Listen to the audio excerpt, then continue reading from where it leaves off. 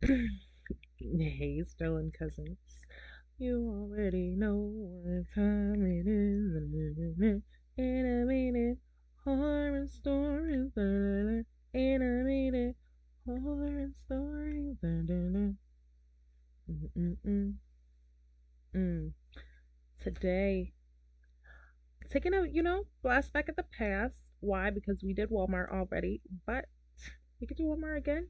Three true Walmart horror stories animated. I want to see a Target one. So I'm going to find a Target one and we're going to do one. Because the shenanigans that y'all be doing in Walmart, y'all would not do them in Target. And if you would let me see. So let me find it. Duh. Talk to myself. Let me see. So find it, girl. So let's get into that. So I am going to be adding more stuff to the channel. I do horror stories. My husband was like, you should do more reactions to other stuff. So you'll be getting some more reactions. I did a random AMP reaction video. I have everything in playlists. All of my shorts, all of the horror story videos, all of my reaction videos, everything's in a playlist.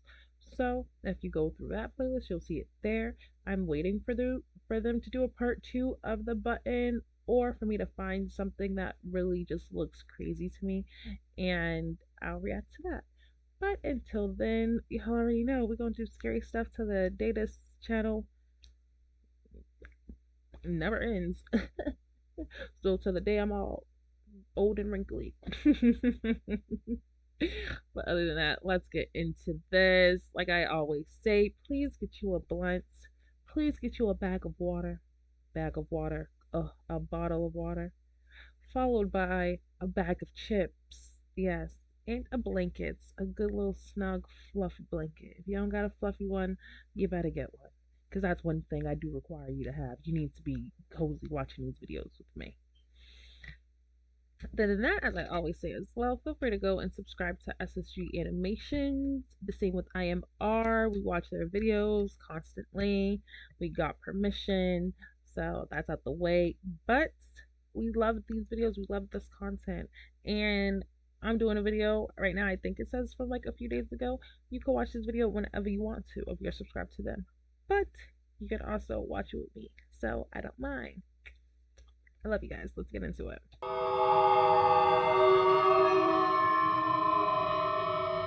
I love a good Walmart. Like, what is y'all doing? Now that I look back, it seems like the biggest mistake of my life. Living across from a Walmart. What? Agreed, I How's was the biggest young, mistake? naive, and a bit clueless about the dangers of this world. Plus, I was a broke college student who didn't want to take loans and not be in debt to his parents. So what did I do? I took up a job at Walmart and rented the cheap-looking home right across the parking lot of the Walmart I worked at. I was taking online classes, which were pretty uncommon back then. But between working in the Walmart and studying, I hardly had time to go to a regular college. I wanted to study law and to become a lawyer. The house I was living in was owned by a war veteran who was really too old to take care of it, as it was in very grim condition and nobody was ready to rent it. So, when a 6'2" guy like me showed up on the old man's doorstep, offering to repair the home and rent it, he immediately handed me the keys. Sure, the house needed some mending, but the rent was cheap, and working with my dad had given me enough experience to fix the old roof and the cracked walls. That's good. I did as much as I could, but the locks, doors, and windows were still old. I never thought I'd need to replace them because, one, who would dare to rob a house as old as this? And two, it was right across from a big Walmart, which was mostly occupied by people. And thirdly, I was strong and I had an impressive build, so people thought twice before crossing me. Boy. Every morning I used to work at Walmart. I returned home around the evening. You know what they say about big people? They say the bigger you are, the harder you fall. That's why I've always been tall. When I was growing up, I was thicker built. Like I have never seen somebody and was like I could automatically beat you up because I'm tall. Like what? I can beat you up because I fight. That's different. And we young, ain't nobody using weapons or nothing. But you a grown man working in college. Boy, you need to think about all that just because you're big, especially big men. Big men dealing with short men. I don't know if it's the same with women because I've never really experienced it with women for real. the whole catty thing of, I know some women have short woman syndrome, just not the same as men when they're around taller men. You know, short men around taller men get that same energy that women get with people that they don't like, regardless. So that's where it's like being a tall woman. I never had someone come on and be like, "You're tall, but the berry you tall." Like, what? Get out of here. But I have heard it. Like, shut up now. That's in the Bible. Every morning I used to work at Walmart. Man, I returned home around the evening to take my online classes, study, do some chores, and sleep. Shut up. My routine was pretty standard, and it hardly ever changed. But that fateful summer day, things took a turn for the worst. What? Now, you must know that my parents visited me often to show support and mostly to make sure I was okay. Period. That week on a Monday, my parents had arrived with a bag full of groceries and chicken pie. I was overworked and stressed. I was grateful, too, that they showed up with our pet dog, Kiko. The next day, they both wanted to attend a wedding and wanted me to look after Kiko. I was more than glad that Kiko was with me, as we'd been together since I was 10. That's the cutest. He was going to stay with me for a couple of days, till my parents got back. He loved to sleep in my bed, and I didn't mind sharing my bed with him. On Friday, as I was exhausted and back from work, I ate a quick sandwich and went to bed with Kiko by my side. It was around 11 in the night when I started hearing the giggles. It seemed like a middle-aged woman was giggling, but I couldn't make out where the noise was coming from. Kiko was relaxed and almost asleep when he heard the giggles too. He was instantly on his feet and snarling towards my bedroom window. Oh, nope. I had seen this type of behavior from him before, when he was afraid or sensed a threat to be around. This scared me too, and mind you, hardly anything scares me. I tried to sleep, but the giggles continued and kept getting louder and louder. Around 1 a.m., the giggles hadn't stopped. Rather, it felt like whoever was laughing was right around my house. Kiko was now staring at my bedroom window and snarling. Finally, I dared to look out of my bedroom window, and I saw nothing but two glowing eyes staring back at me from the bushes. Demon. And nothing more. This freaked me out. Either this was some animal or some paranormal thing. Nah. I couldn't remember if my front door was locked or not, but right then, I wasn't brave enough to go check. Instead, I locked the bedroom door, locked the window, and hid inside my blanket on the bed while Kiko still snarled at the closed window. Around 2, there were sirens all around. Cops had surrounded the area, and I was still huddled under the blanket. That's when there was a knock on my front door. "It's the police department. Please open up," the male voice from outside said. Knowing that it was a cop, I rushed to the front door with Kiko barking by my side. I opened the door. "I'm Officer Jim Conroy, and you must be Rob Anderson." "Yes, sir." "Did you know what happened in the Walmart across the street?" "We know that you work there and had an evening shift there today.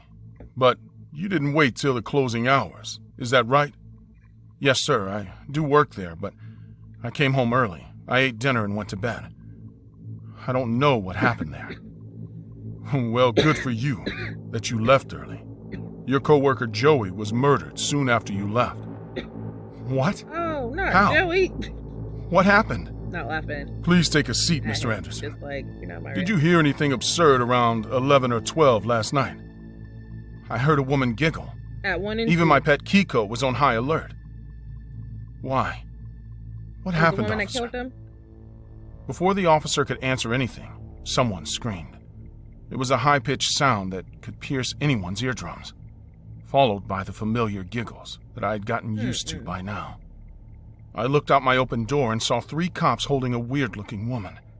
She was wearing ripped pants and a top. Her hair was knotted and clumpy. Old nor demon. She had a weird-looking face, and when she smiled, it sent chills to my bones. "She was the one giggling," the officer said. Ew. "She's a mental patient who escaped from the asylum nearby. She entered the Walmart and murdered Joey and was roaming around the parking lot with a bloody knife. Someone spotted her and called us, but we couldn't find her. Thank God you were sleeping and not getting out of your home, as she was hiding right below your porch steps." This new information freaked me out, but it also explained why Kiko was so distressed. And I couldn't even imagine the fact that Kiko said, "Bitch, it could have been me from instead my of Joey. house." Poor Joey was really unfortunate to be at the wrong place at the wrong time. Poor JoJo wasn't This in his was the shift. first such heinous crime that had taken place in our city, let alone in the Walmart I worked in. This just confirms how important it is to trust your gut sometimes, as it may even save your life. Yep, his stomach says, "Stay your ass inside," and he said, "Bet, no worries." Do you know what a ghost town is? If you don't, then it's probably good that you don't find out. Haunted town or I'm a dead-ass Daphne, town? and this is a story I want you all Ain't to got, like, know. somebody up in there? So, I am Mexican, and two things that make Mexican people famous are our food, obviously, and our over-the-top families.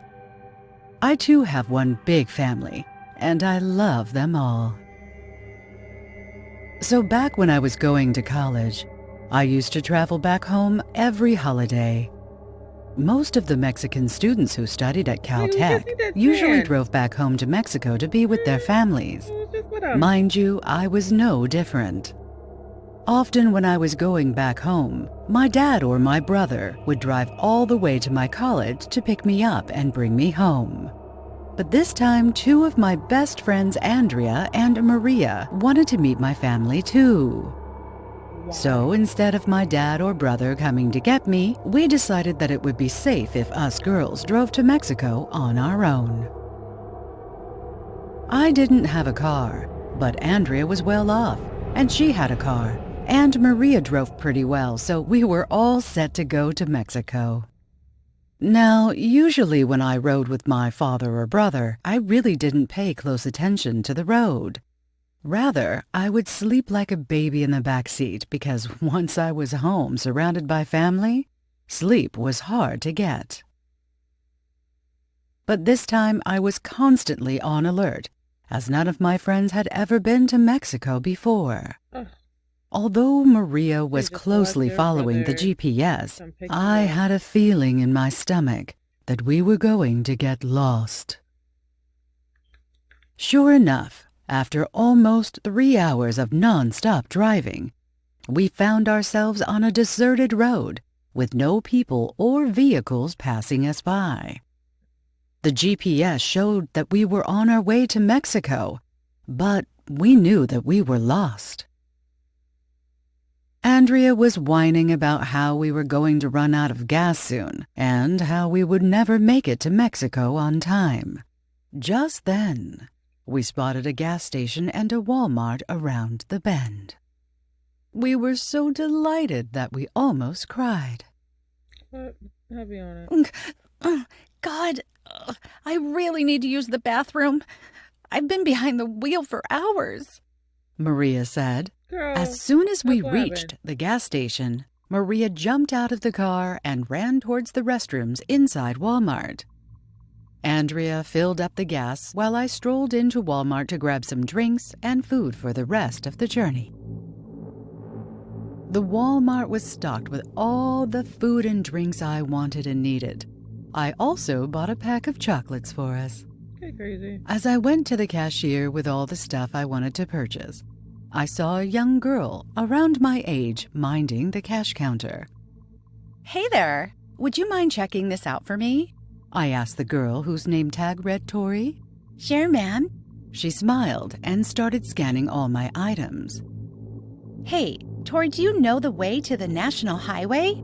We're sorta lost, and we want to get to the highway as soon as possible. We're driving to Mexico. Oh, let me guess. Did your GPS bring you here? She asked.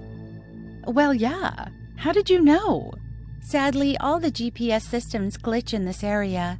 Many drivers just drive their vehicles around and round without finding the highway.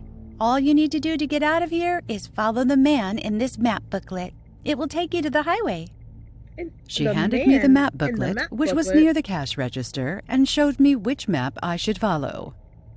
Hey, thanks for the help. Have a good day. You too, and I hope you find your destination. With that, I was me out of the too. Walmart with a ton of snacks in creepy hand and everything and a else. map to guide us out of that hell. By the time I made it to the car, Maria and Andrea were already settled in their seats. Good, good, good. I told the girls what we had to do. Half an hour later, we were driving fast on the highway. We'd gotten there with the help of the map, and we were on our way to Mexico, my home. We reached my home about 3 hours later than we had anticipated. But considering that we had lost our way, it was a miracle that we had made it. When we reached home, my brother, Tristan, was the first one to spot us. Hey sis, what took you and your girls so long? I've been worried about you. Exactly. Well, we got lost on our way and ended up on the wrong road, but then a nice Walmart cashier helped us out. When I mentioned the Walmart, my brother's face was shocked. It was as if I told him that the world was going to end soon. Did you say Walmart? Was the cashier's name Tori by any chance? I was not at all surprised that my brother knew the girl, given the fact that he loves to flirt with all the girls. But what spooked me was his reaction. Yeah, her name was Tori. Why? What's wrong? Did she not give you her number or something? No. Daphne, this is serious. It's no joke. Did you buy anything from Walmart? Stop yelling at me. Yeah, we bought a bunch of snacks, but we ate it all on the way and threw away the trash. Why do you ask? Because there is no Walmart there, and there is no cashier called Tori. What do you mean? You need to be more specific. You know last summer when I was coming to get you, and I was a bit late when I got to your dorm, I told you I was late because I lost my way. Well, I ended up on the same road right in front of the Walmart as well. And I met Tori too. She helped me find my way back to the highway just like she helped you. I wanted to know the name of the place where I got lost, so I searched it on the internet, and what I found was totally unexpected. It was a local news article about a gas station fire. The gas station had caught fire and burned the Walmart beside it. In that fire, a 22-year-old girl named Tori died along with several other people from that town. After that fire, lots of the town people started to report seeing the Walmart and the gas station as it was before the fire, and Tori working in it. Suddenly, many people in the town started dying without any cause. After that, the remaining people vacated the town and never looked back. Now, it's a ghost town. This revelation shook the ground beneath my feet. I didn't know what to say. How is that possible? I mean, I saw Tori. I spoke to her. Yeah, I know it's tough. So to make sure this story was true, I drove to the ghost town, and this time I saw an abandoned town and burned Walmart there. No sign of Tori or anyone else. It's true. Wait. I have a map. A small booklet Tori made me buy to find my way out. It must be in Andrea's glove box. I fetched the map booklet and showed it to my brother. And when we took a closer look at the date, it had printed on it March 5th, 1998, the year in which the accident had happened. While all my family and my friends enjoyed themselves around me, I was scared shitless, not knowing what to make of that encounter.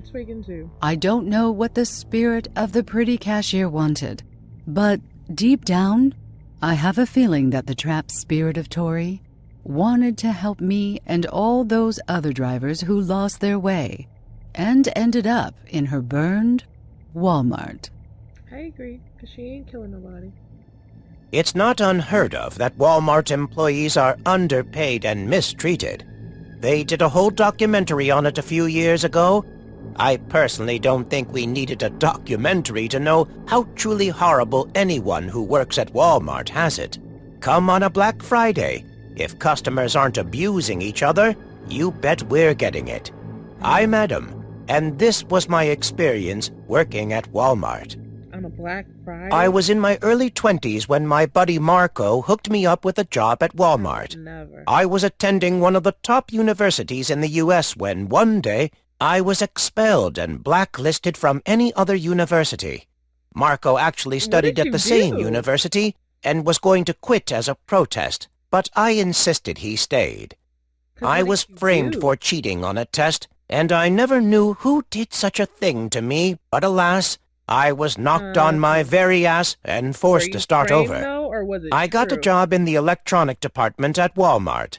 I'm not sure what I was expecting, but I was hoping to put my skills to good use. Instead, I found myself doing the most mundane tasks, such as telling people the difference in gigabytes on computers, which camera brand is better, and the oh-so-thrilling task of plunging a key into the lock of a window cabinet and fetching an item for picky-ass customers. I will say my manager Jenna and co-worker Marco were pretty incredible. They're what got me through the day when we had to work together. Jenna and I were stocking shelves late one night after closing and chatting it up.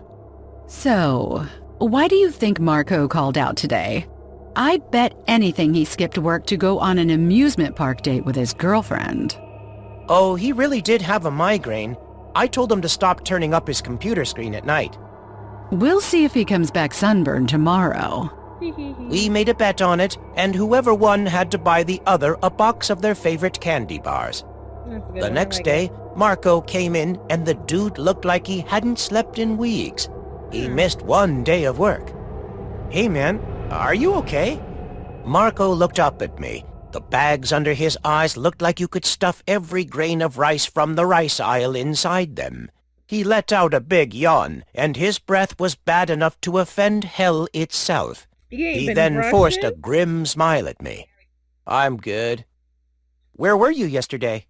He gazed up at the ceiling as though he was looking for an answer. I took my girlfriend to the amusement park yesterday. Afterward, we had a few drinks and went to bed. What was in those drinks?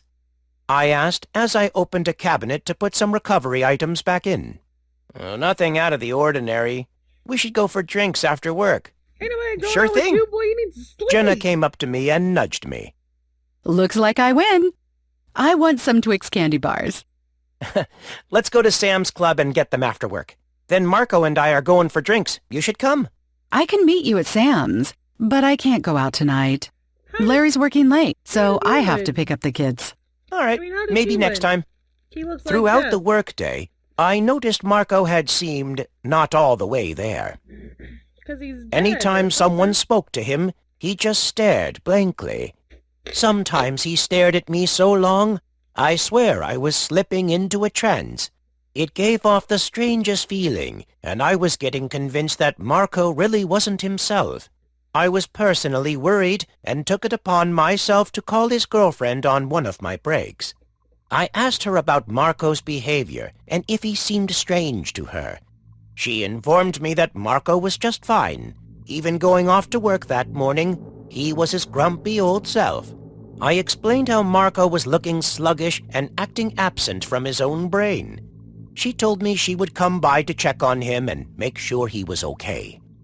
I was waiting for her to come, but Oh, she never that's it. came. I talked to Jenna about my concerns and how I called Marco's girlfriend and what we had discussed. Suddenly, Marco started acting erratic, throwing things and yelling at people. Not just yelling anything either. He was shouting confessions. I cheated on my girlfriend with the stripper last year. Mm, I stole my friend's lunch money because he wouldn't play video games with me. mm, I crapped in the heater vent in the 5th grade. mm-mm. Jenna and I intervened, and while she calmed the customers down, I took Marco into the break room. Marco was sweating profusely and still uttering confessions. I dragged him into the janitor's closet and locked us both inside. You feeling okay, buddy? Adam, what are you doing, man? You seem like there's something you want to confess. Keep going. Marco looked at me with confusion on his face. I heard a light knock on the door and knew who it was.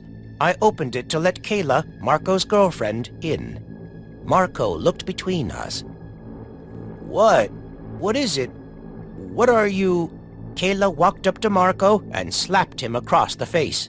Mm, I knew you cheated on me. mm. Serves you right that you were forced to shout it out in the middle of the goddamn Walmart. Marco let out a blood-curdling scream and looked at me. What you hollering for? I got you expelled! I framed you for cheating on the test! I wanted to get you back for screwing the girl I had a crush on! I balled a fist and decked Marco in the jaw as hard as I could. Beat him! So you ruined my life! Marco looked at both of us and began sobbing. Boy, fuck you and your tears.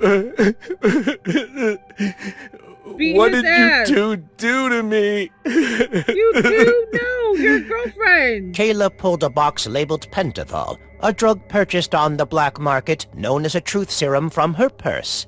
It's meant to do exactly as it says. Obtain truth from people. And it's extremely deadly if you're not given an antidote, which Kayla and I had no intention of giving Marco. I made sure the coast was clear, and Kayla snuck Marco out of work. I excused myself for the rest of the day. We took Marco to a hotel where we watched the drug reduce him to complete insanity. He confessed a lot of random shit, some embarrassing, some downright frightening. We left Marco in the hotel alone after he started blacking in and out. Kayla left the box of Pentothal with him. We knew we would eventually get caught, but that's what the son of a bitch deserved for ruining my life and forcing me to work at Walmart instead of studying to be a software engineer. He condemned me to a life of abuse and underappreciation.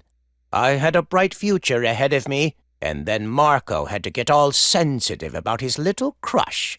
I can't help it if she wanted me and not him. He ruined my life. I gladly took his. So I'm like, period, but at the same time, I'm like, you know, I'm just like, period, because damn, that was supposed to be your best friend. He got you the job at Walmart with him. Like, that's crazy to me. I don't understand why you would go to jail though. Him? Like, why would he go to jail if she did it? She the one who killed him. You know what I mean? You get me? I didn't do nothing.